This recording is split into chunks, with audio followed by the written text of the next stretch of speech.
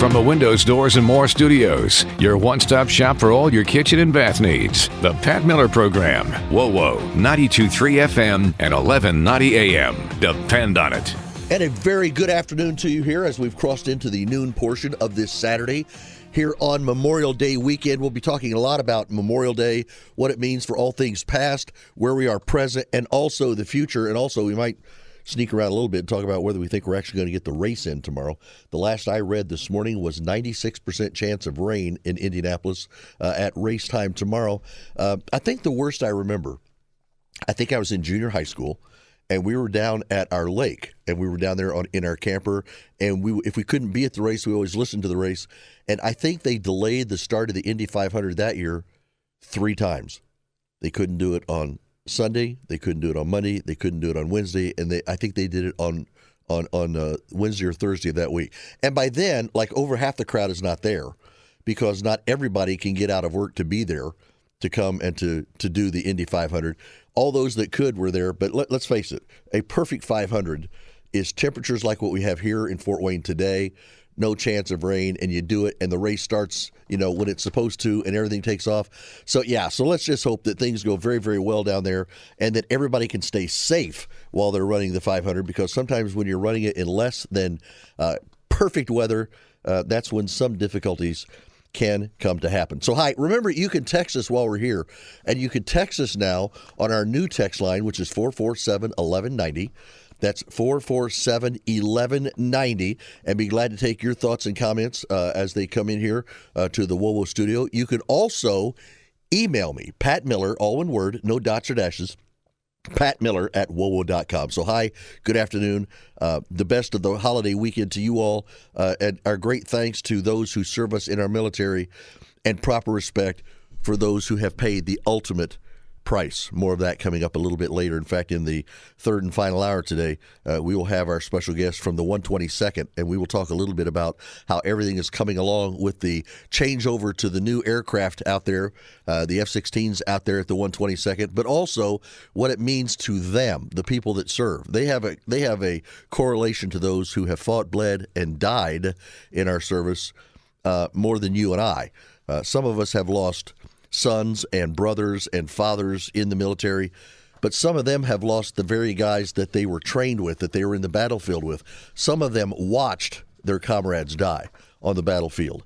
That's something I've never known. I don't ever want to see it, but I have a great understanding and representation of it, and I think that we all should. But before we get there, let's talk about some things. I started into this last week on Saturday. I continue it this week. Some of the nutty things. Some quotes of the Vice President, now President Joe Biden. I'll just read you some of the statements. These are verbatim from things that Joe Biden said, and then you measure in your head and heart what you think. He said, and I quote, "When I was Vice President, things were kind of bad during the pandemic, and what happened was Barack said to me, 'Joe, go to Detroit and help fix it.'" Okay, here are my questions. Number one, does he really think that he was vice president during the pandemic? He had not been vice president since January of 2016. So when the pandemic came into full bloom here in our country, Joe Biden was not only no longer vice president, but he wasn't in any capacity serving our government at the time. And why would you go to Detroit and help fix it? Except Joe Biden is pandering very heavily to the labor workers up there in Detroit, those that are part of labor unions, and he's really needing their votes. He's trying to keep them on board because many of them are slipping away. And so he said that to get into their good graces. I love this one. All I'm going to do, I'm just going to read this one, and I'll let you figure out what was going on. President Joe Biden said, and I quote, "Trump calls the erectionists who stormed the Capitol Hill patriots." The erectionists. I'm wondering if he maybe meant insurrectionists, and the difference between an insurrectionist and erectionist. I'll let you come to grips with that, okay? Shall we? Then, and this is a little bit of the demagoguery that comes out of the Biden White House. The values of diversity, equity, inclusion are the core strength of America. Mr. President, please find that in the Constitution. Now, diversity is important because we are a diverse people. But the whole idea, e pluribus unum, out of many, one. We come together as one. Equity, that's not the same as we were all created equal. Equity is that nasty correlation where you try to say we all deserve the same result. Is that how it works where you work? Is that how it works when you play for your IHSAA school or your independent schools or your small or large colleges? Is that it? That the end of the game has to be equal? No. How does that even make sense? That doesn't make sense. So I'm not exactly sure who's feeding the president his notes. And so whoever it is that's doing that, feeding him his information, his notes, his bullet points, whatever, in the midst of all that, is the president getting bad information, or is he just taking misguided, cloud-muddied information out of his own brain, and that's what he's running with? The values of diversity, equity, and inclusion are the core strengths of America? Again, the president, at least when he was younger, at least when he could remember things, and I'm not trying to be funny here, but back when he was in the Senate, Joe Biden had some understanding of what the Constitution was and how it was that Constitution should be reflective in what it is that we do as a country.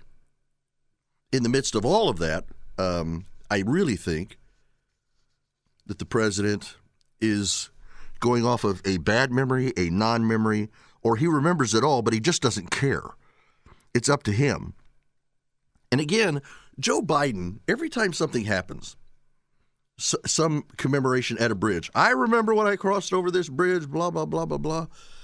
It's much like when we had the bridge come down there in the bay at Baltimore, and he talked about how he went across that bridge several times during the course of – no, you didn't, because the railroads that you rode on didn't go over that bridge. Cars went over that bridge, but your rail that you took home all the time from D.C. did not pass over that bridge. Now, you might have gone over a similar bridge in Maryland, but you didn't cross over that one.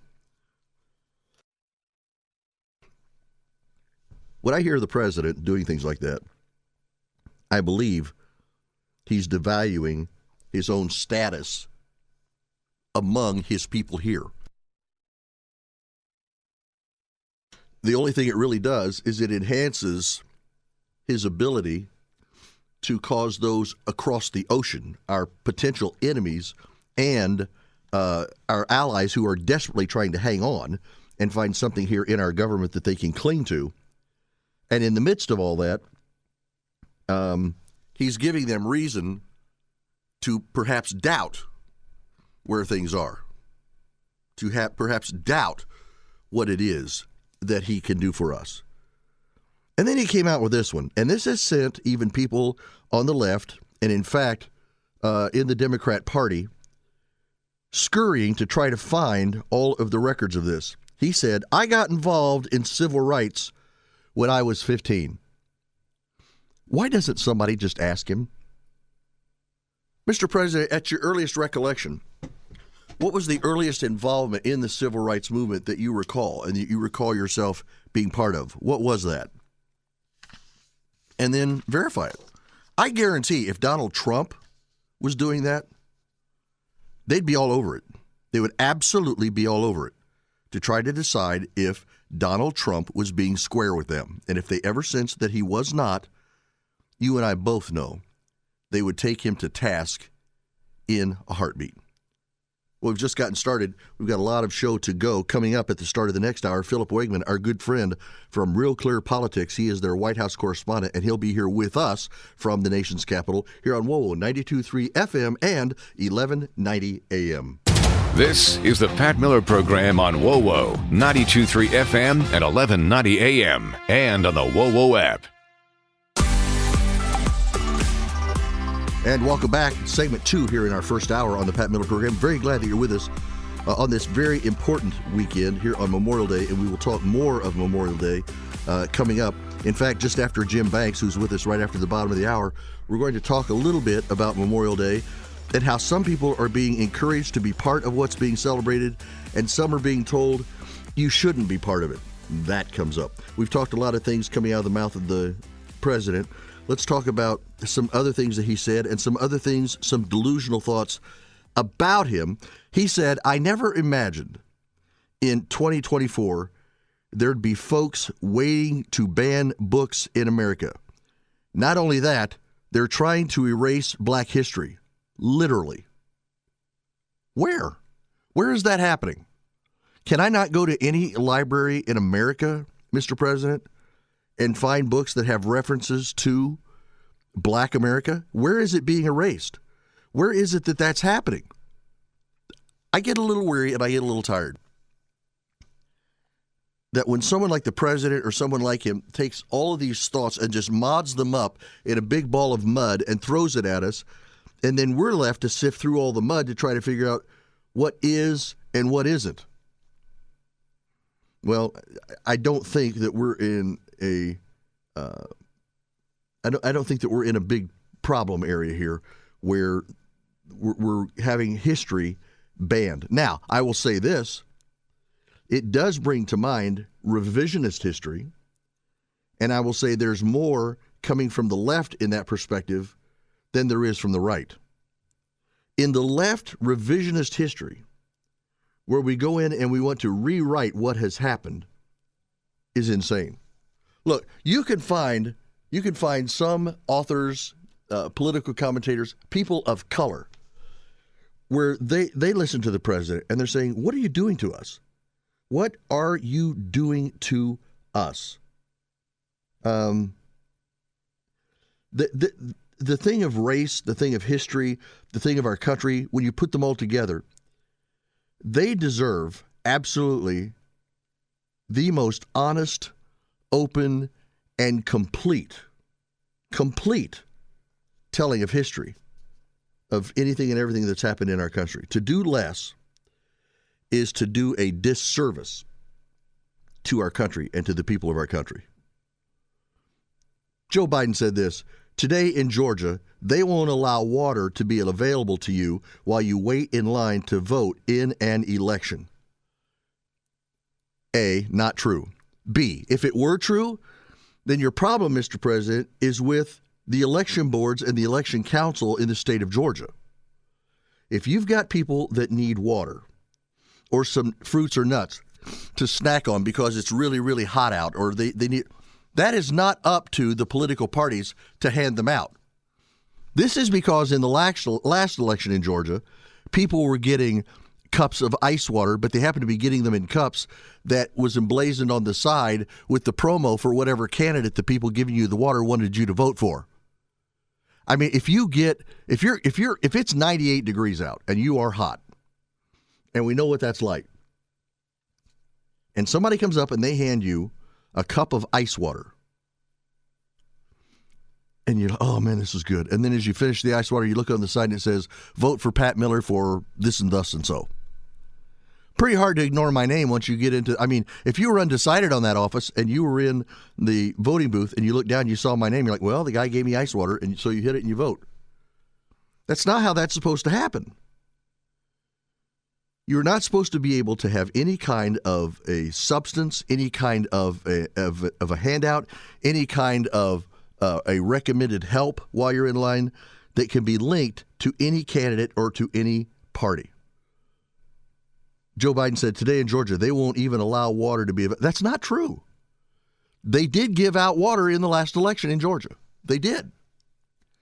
But the difference is that it has to be indiscriminate, and it has to be water or a sandwich or a bag of ice cubes or whatever is given to you, and it's given to you absolutely without any correlation to any candidate or any party for that measure. When we try to make elections where they are fair and separate from all bias, somehow that's when people jump all over us and they will say, see? Now, on top of all this, Michigan Governor Gretchen Whitmer, She said this, and I've got to be honest with you. I'm wondering where the governor of Michigan is getting her talking points. She actually said this. In fact, it was in print. Our economy and people's paychecks are growing, and our nation is headed in the right direction thanks to Biden's work. Why don't you go out to California and see where Biden and Governor Gavin Newsom together in making checks grow for minimum wage people in the state of California, and how it is destroying certain low-end industries, for example, fast food. And a lot of those people are losing their jobs, and some of them are losing their restaurants. Go out there, Governor Whitmer, and talk to the people of California and tell them how what's happened. Yeah, you lost your job, but the president is making it all better for you. It's all better for you because of what this president has done and what he is doing. I got a real problem with that. Just a genuine, true problem, because I don't think that's how it happens. I genuinely, truly don't. The Wall Street Journal said, though inflation is falling now, it has been higher on average under Biden than Trump. Adjusted for inflation, net worth was up just 0.7% through Biden's first 3 years, compared with 16% through Trump's first 3 years. In other words, if you have a net worth of, let's say you have $100,000 in your 401k, under Trump, on average, that grew 16%. Under Biden, it's grown less than 1%. In fact, 0.7%. And how is that again better? White House Press Secretary Karine Jean-Pierre, and I say it that way because, A, she has French heritage, and because my producer loves it when I say it that way. So Karine Jean-Pierre, she says, you have to treat people with dignity. You have to treat people with respect. It doesn't matter which side of the aisle that you sit on. Okay, generic question. Are you going to feel like I have given you better information, more information, that I have recognized your dignity if when I share with you facts, I do so in a way where I am dishonest with you about what it is that's being said? Is that treating real people with dignity? You have to treat people with respect. It doesn't matter which side of the aisle you sit on. This goes back a little bit, too, to the whole thing that we had, the discussion we had about Title IX and about men in women's sports. I made the statement last week on the program that, well, if you don't recognize these young men now as being young women, you're dishonoring them. Okay, if I am dishonoring them, and I don't think that's why I'm doing it, but if I am, how is dishonoring the scant few transgenders that want to get into women's sports, most of them so they can get scholarship money more easily, and they've said that in their own writings. But if that's what you're doing, what about the untold millions of female athletes that you are dishonoring in the way that you treat them by allowing people who are unfairly advanced as them? There's no way that the skeletal muscular structure of a woman can keep up with the skeletal muscular structure of a man. They have better lung capacities. Hello, swimmers. They've got all this going for them. And you're saying, but don't worry about it because it's absolutely even. If you just listen to that and you study it and you look at it on its face, you start realizing just how nutty it is of what it is that we're talking about. Just how silly it is. Go talk to these swimmers that have had to leave the locker rooms in shame because they were forced to undress in front of a young man pretending to be a woman. And then you tell me what's equitable and what's fair. You wouldn't let it happen to your daughter. I'm just saying. When we come back after the news at the bottom of the hour, 3rd District Congressman Jim Banks, and just after that, we'll have a discussion about Memorial Day and the Knights of Columbus.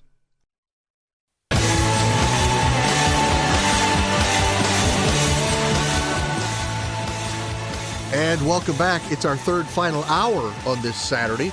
And as is our wont, every time we get a chance, we haven't done it for a couple of weeks, but he's here right now, 3rd District Congressman Jim Banks. Congressman Banks, good afternoon to you, sir. Hey, Pat, good to be with you. Good to have you here. Now, my understanding is that since you wrapped up your nomination for Senate, which was not that hard. But since you did that, you've not been doing anything on the campaign trail. You're just leaving it alone. You're doing things like you've gone to the racetrack for a practice day. You're trying to go to Washington D.C. because you miss everybody there so much. So you'll make sure you don't get too far away. so. Well, it kind of, it was just a couple of weeks ago, the primary. I'm now proud to be the Republican nominee for the United States Senate. Yep. One of my staffers, who Jessica, who's my communications director, so you deal with her. Yeah. She planned her wedding this last weekend. So she waited. She was a good enough staffer that she postponed her wedding and scheduled it after the primary election day. So we all went down to San Antonio, where she got married, and celebrated her and her new husband getting married. And then it was great to go to the racetrack, and I was there for practice day. This is Memorial Day weekend, Pat, and Yep. in Indiana, that means the Indianapolis 500. And what a great time of the year to not just be a Hoosier, but to remember what makes this country great, and that's the sacrifices of those men and women who paid the ultimate sacrifice to make this country free and the greatest country in the history of the world. And for me, that's what Memorial Day weekend is all about, especially after serving in uniform myself. I served in Afghanistan. I served with people in my unit who did not come home. And on this Memorial Day weekend, I'm thinking of those families. We have a lot of them in Northeast Indiana as well who lost loved ones either recently in Iraq or Afghanistan or in past wars. And that's what Memorial Day weekend is all about. So as we get past the primary election, and now I'm looking forward to enjoying the summer with the Banks girls and the family, and enjoying the best of Northeast Indiana, the lakes, and the great summer weather in our part of the state. But then we got November, less than 6 months away, the big election of 2024, where we will get Donald Trump back in the White House, and I'm looking forward to being elected to the Senate, grow the House majority, send Marlin Stutzman to the House. I've told a lot of people, Pat, recently I've kept his seat warm for 8 years. He served before me. He's going to serve after me, and we got a lot to do to save this country come January, but we have a big election coming up in November, and I might be taking it a little easier than I did before the primary, but I'm revved up and ready to go do my part to get Republicans elected and save the country in November. Well, and I'll tell you this, for all of Northeast Indiana, of course, now your representation will be the entire Hoosier State, but for those of us that live up here, to have Braun in the state capitol, to have you in the Senate, to have Marlin once again back in the House of Representatives, I think that Indiana overall, but certainly the 3rd District, is going to enjoy an extremely conservative representation, and I think it'll make a difference in our lives in Indiana. Yeah, I mean, I think you're exactly right. I believe that Senator Braun is going to be a great governor. He's fiscally conservative. He's a businessman who brings a conservative approach to being the governor of the state of Indiana. With me, what you see is what you get. I've got a proven conservative track record. So does Marlin Stutzman. So I think Northeast Indiana, I hope Northeast Indiana will be very proud, and I'll do my part every day to serve as a conservative senator. And I know Marlin will be one of the most conservative members of the House because he was before. So I think you're right. We have a lot to be proud of, but we've got November and the election, the general election coming up, and I'm a man on a mission. I want to win my race to be the senator, but I think even more important than that is getting Donald Trump back in the White House to fix the mess that Joe Biden and the Democrats have created over the last 4 years to make this country strong and great again, and that's what it all comes down to. Yeah, not only Donald Trump, but I can foresee you, as you've done in your elections in the past, is when you knew you had yours pretty much wrapped up, you made yourself available to go out and to work in some key races around the country so that we could keep Republican majorities. And I think that that's really important going in here. As much as I want Donald Trump in the White House, a Donald Trump in the White House with a Republican majority in the Senate and in the House of Representatives, that's stronger than death. It's so important. I came to Congress in 2016 when Donald Trump won the first time, and we had the Republican majority in the House. We had a Republican majority in the Senate. We had Donald Trump in the White House. But you had the old school Republican Party and Republican leaders who weren't aligned with Donald Trump and the America First agenda that he was elected to advance as the President of the United States. We can't make that same mistake again. So we have to win majorities, but we have to put leaders in charge in the House and the Senate, Republicans who are aligned with Donald Trump, not fighting against him. But it also means we got to win majorities. In the Senate, we have a Democrat majority today, 51 to 49. West Virginia is one of those states that we have to win, and Joe Manchin retired, and Governor Jim Justice won his primary. He's a shoo-in in November as much as anybody is in the country. So that gets us to 50-50, and if Trump wins, then the vice president breaks the tie. But I think we got to do better than that. Yeah. And where we come from in Indiana, we're surrounded by states with competitive Senate races. Ohio is one of them. Bernie Moreno won the Republican nomination in Ohio. He's running against Sherrod Brown, who's a left-wing Democrat in a state like Ohio, which is a Trump state, so it's a great pickup opportunity. Former Congressman Mike Rogers is running in Michigan. I think he's going to win the Republican nomination up there handily. Which in Michigan would be huge. That would be enormous. Be a big win. Yep. And it's a race that people weren't talking about a few months ago, but he's a strong candidate. He can win in Michigan, and Trump is surging in Michigan because those working class, blue collar voters that used to vote Democrat know that Democrats don't represent working class values anymore. They want Donald Trump back in the White House. So then you got a great candidate in Wisconsin. So we're sort of surrounded in Pennsylvania. You have a strong Republican and Dave McCormick. So you're right. I'm going to go out and do my part over the summer and in the fall. I'm not going to take the eye off the ball in Indiana, but I'm going to go campaign with these other Republicans because we have to have a majority in the United States Senate of Republicans who are going to work with Donald Trump to save the country. Yeah. Don't you think also that in Indiana that and this is I'm trying to be very delicate here. I like Eric Holcomb. I don't know that Eric Holcomb was the cookie cutter conservative governor that we've had in the past, or that I think we'll have with Braun in the State House. Your thoughts?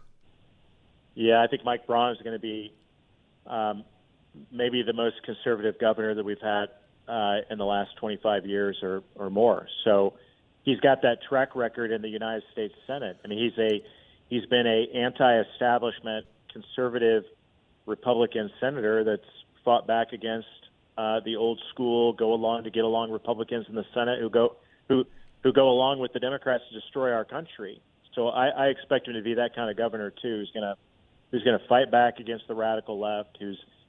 I see a Governor Mike Braun acting a lot like a Governor Ron DeSantis, and I think Indiana deserves a Governor Ron DeSantis, especially if you think about it.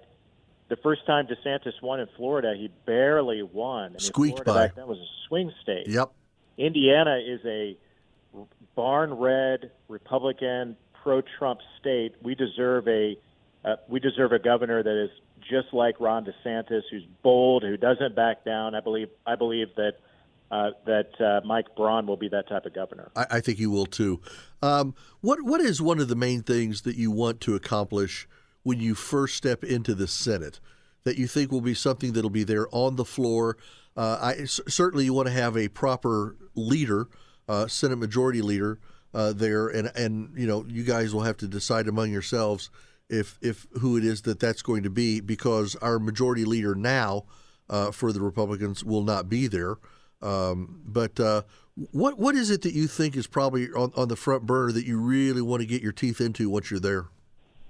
Well, it's time for a change. It's a new generation of leadership in the United States Senate with McConnell leaving, and you got the new crop of the J.D. Vances and Eric Schmidts and Josh Hawleys and Tom Cottons, and I'm going to be a part of that new generation. We have to focus on the border. We have to go back to the Trump policies that secured the border. That has to be our top priority when we win back the White House and the Senate majority. Do everything that we can to go, not just executive order from President Trump, but have Congress pass those border policies into law, and that'll be my top priority. Yeah. Well, I know you're excited, and I'm assuming, and this is not the reason you ran for the Senate, but knowing the functions of the Senate versus the functions of the House, I'm sure that Amanda and the girls will be a little happier that you're going to be functioning on a senatorial calendar and not a congressional calendar, because you're going to do heavy work, important work, but the way it's laid out, you actually have a little bit more time away from D.C., and I know you'll appreciate that. Well, a 6-year term is a big difference, so I do believe that'll be a big difference and better for my family. But what you're not saying out loud, Pat, that I'll say is the Senate's like a nursing home. It operates a little bit different, so I'm gonna bring down the average age in the Senate, and I think we do have to fight back more. I mean, this is a battle to save our country, and we need fighters in the Senate that are going to advance those policies. So I'm looking forward to being a part of that, but I'm looking forward to the 6-year term too. Yeah, absolutely right. And not running for election every 2 years. That's just mind-boggling to me. Listen, Congressman, soon to be Senator from the state of Indiana, we appreciate Jim Banks, you being with us as always, and we look forward to our next conversation together. Thank you, sir. Thank you, Pat. Have a good day. This is the Pat Miller Program on WOWO 92.3 FM and 1190 AM and at WOWO.com. And welcome back. Our thanks to Congressman Jim Banks, now the Senate candidate for the Republicans for this fall, being with us from Washington, D.C. We appreciate the time that he has given to us today. The Knights of Columbus. We see Knights of Columbus at different outings, even today. I remember as a kid in high school, we would see them everywhere, presenting colors for special events. They have been holding services since the 1960s, back when I was in grade school, at national parks throughout the country, especially in Virginia. But for the first time last year and this year, the National Park Service denied the Knights a permit to hold a service in the cemetery, citing a new policy that designates religious services as prohibited demonstrations. Here's a quote. Due to the religious nature of the Knights' annual service to honor and pray for the nation's fallen soldiers, they have been assigned a second-class status and relegated to the proverbial back of the row. That is precisely the kind of unlawful discrimination and censorship the First Amendment was enacted to prevent. Surely this was an oversight. Has to be an oversight. John Moran, partner at McGuire Woods, said this: "Our hope is that the National Park Service will immediately correct this error and grant the permit. The policy and the decision to block the Knights of Columbus from continuing their long-standing religious tradition is a blatant violation of the First Amendment and the Religious Freedom Restoration Act." Okay, can I say this? If you cannot have any religious words or any religious recitations on Memorial Day, then how in national cemeteries can they hold funeral services? Don't you have prayers at funeral services? Aren't there recitations of parts of Scripture that reverberate with the people in attendance, especially those that are friends and family members of the people that have been interred there? Well, no, we can't do that. We just cannot do that. But in a new low, if that's not low enough, the Biden administration and the president's party in the Senate offered prayers for the butcher of Tehran after his helicopter crash. They've mourned the death of Ibrahim Raisi, along with his foreign minister and several others that were killed in that helicopter crash. He was known as this nasty, filthy, vulgar, ruthless leader who oversaw the deaths of thousands of Iranians. Forbes magazine reports that Raisi even ordered the execution of children after he came to office. I mean, you don't earn the nickname the Butcher of Tehran. And listen, his enemies, we didn't give him that name. His own people in his own party gave him that name. Well, you earn that nickname by participating in the so-called Death Commission that ordered the execution of thousands of political prisoners in 1988, and later the execution of hundreds of children. And so what was our response? Well, the State Department issued official condolences. The U.S. ambassador rose in the United Nations during a moment of silence. Senate Chaplain Barry Black even offered a prayer. Lord, we pray for the Iranian people who mourn the death of their president. Maybe he should have offered a prayer for the families of those that were slaughtered by the Butcher of Tehran. And while you're at it, why not offer it for the family of Laken Riley, the Georgia college student murdered by an illegal alien, who are still waiting for their letter of condolence from the White House. Still, even now, even yet today, still waiting to hear. Well, I don't know if their waiting is going to garner them what it is they're looking for. I have a terrible feeling that it won't happen. So some on the right, Republicans in the House and in the Senate, eviscerating the response to the Butcher of Tehran by the president's party, and now they are being eviscerated. How can you do this to our president? He's trying to offer official condolences. There are certain people you don't offer official condolences to.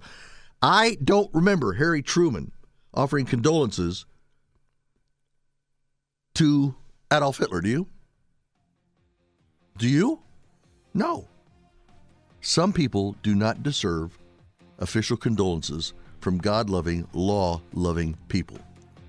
And I will tell you that the Butcher of Baghdad is one such person. Back with more in the next hour. Philip Wegman from Real Clear Politics, straight ahead, right here on WOWO.